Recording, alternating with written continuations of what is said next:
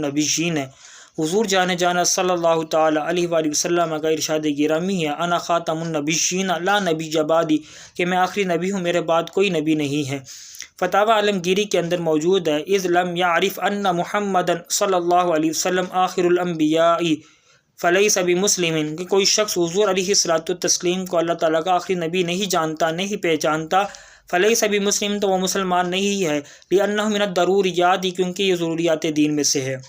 اور مشہور محدث ملا علی قاری رحمۃ اللہ تعالیٰ علیہ اس بارے میں بیان فرماتے ہیں کہ دعوی النبوت بعد نبینا کفر بالاجماع، کہ پوری امت اس بات پر اتفاق ہے کہ حضور علیہ السلام کے بعد نبوت کا دعویٰ کرنا کفر ہے۔ اور امام اعظم ابو حنیفہ رحمۃ اللہ تعالیٰ علیہ کا بھی فتویٰ اس پر موجود ہے کہ کوئی شخص نبوت کا دعویٰ کرے اور اس پر اس کی دلیل مانگنا، یہ بھی کفر ہے۔